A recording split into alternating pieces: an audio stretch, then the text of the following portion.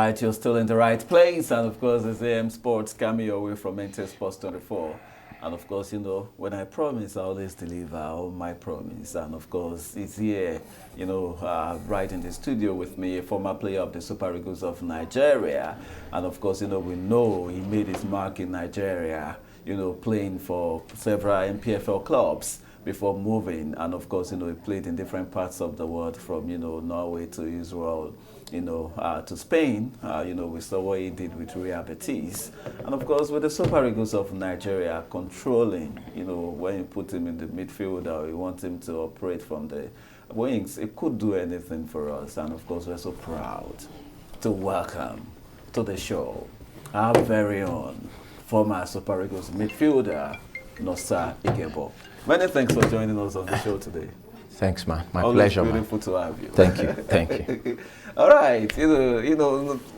One thing Nigerians, especially, your fans will be, very much interested in is Nosa. What's happening with Nosa? Where have you been? I've been around. But, like I said I'm an introvert. So that makes me, I'm kind of cool-headed. I don't always, I don't go out even after the injury that made me stop. I've just been on a low key. But now you see, you've been seeing me on social media because I have a project, a big one. And that's why, you've been seeing me lately. All right, it's quite interesting to see. And of course, we're so glad to have you on the show. And of course, we know Abuja is home to you. Yes, But tell us, how was it like? How did you get into football? Doing your thing. How you were scouted. How did you get into Sharks, Warri Wolves, and your first sojourn out of the country? So how did you get into that? Football, it's all about passion. You have to have passion for the game. And then it became a dream. And it translated into taking it as it's a do-or-die affair. This is life for me. And I started when I was very young. I didn't really know I wanted to be a footballer, but I knew I kick anything I see on the street. And from there, I think when I lost my dad, that was when everything changed. Because, he was the breadwinner. And I saw that the opportunity of going to school was very slim. And so I knew I had to focus on something. I knew I had to give my all to football. And it began from there, and from there I got to play for NAF Rocket, an amateur team, and that was the first time I got paid, and and it was interesting because I don't know, money could come out that I wasn't expecting that, but as a young boy you get paid and you have salary, then that inspires me to do even more. To push harder, to train harder. Then from there, I played in FC Abuja. FC Abuja saw me from NAF Rocket. After FC Abuja, Warri Wolves. And from Warri Wolves, that's it. From there, I start to, under 20 invited me, 23. Then I traveled out of the country to Lillestrøm.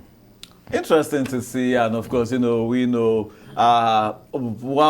so there are so many players that when they get to their first club outside Nigeria, they always think that, the idea is like, just stay there 6 months, 1 season, just impress, you go to another big club. But some will struggle 5 years, they are still in that small team before they're about losing their contract. But for you, you started moving up to the point, you understand? Yeah. How was it like when you got to, Norway and all that?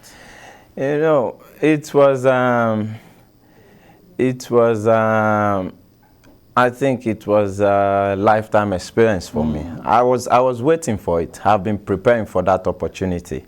You understand? I've been preparing for it. So as soon as I got to Norway, it's like, thank you, Jesus. Thank you, Jesus. This is what I've been looking for. And the kind of person I am, I don't want to settle for less. My dreams are so big, and I know I need to achieve them. And so when I got to Lillestrøm, for me, okay, what next? What next? It's always what next. Every club I'm playing is always what next. I know there's something bigger. There's always something bigger. I got to Lillestrøm, and for me, after a few months, 6-7 months, I wanted to move out from there. And clubs were coming for me. But my coach said, no, sir, no. We don't do it that way. You can't just leave us in 6-7 months. No. You have to take me. So, I did so well. And before you know, Maccabi Lillestrøm, Hapoel Tel Aviv came for me. You understand? And I got to Hapoel also. I smashed the league, man. And after that, before you know, Betis came for me. It was because I never settled for less. I always wanted more. If you put me in Betis now, I'm thinking, I can play for Madrid. That's the kind of person I am. So, I work hard. I try to, be in good shape. And I think that's it for me, man. Never settle for less. So for you, from Norway to Israel, we also saw, I think in your stint in Maccabi, you were able to get 9 goals. So that's one of your highest. Just scoring. 9? Maybe they didn't count the cup games. It should be more. But now, leaving Norway, you played in Israel. I just want the Spanish experience from you. How was it like playing for Real Betis? Yeah, it's a different experience. That's just the truth. I think when I got there, it was a bit challenging for me because, they are very tactical. Very, very, very, very. It was, it was challenging for me for let's say, the first 4-5 months. Because what I'm used to as a midfielder is, go past players, do the shooting. But my coach will always say, Nosa, come. You see, this is Spain. We do tiki-taka. He said the ball moves faster than the player, so let the ball move.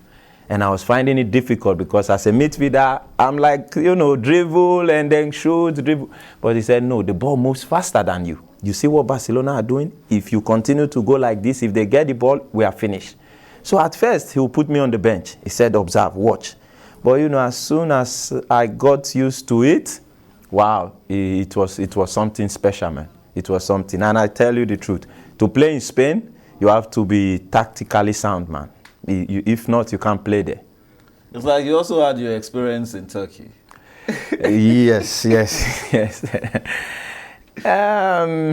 Because we see how they are so passionate about Victor Osimhen. Has it always been like that in Turkey?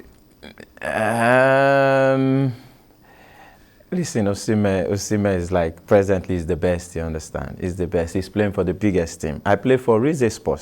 Rizespor is not, let's say, 10th, 11th position. Not like, but Fenerbahce, Beşiktaş, and Galatasaray. These are the big ones. So when you play there, you see the love, the fans and everybody.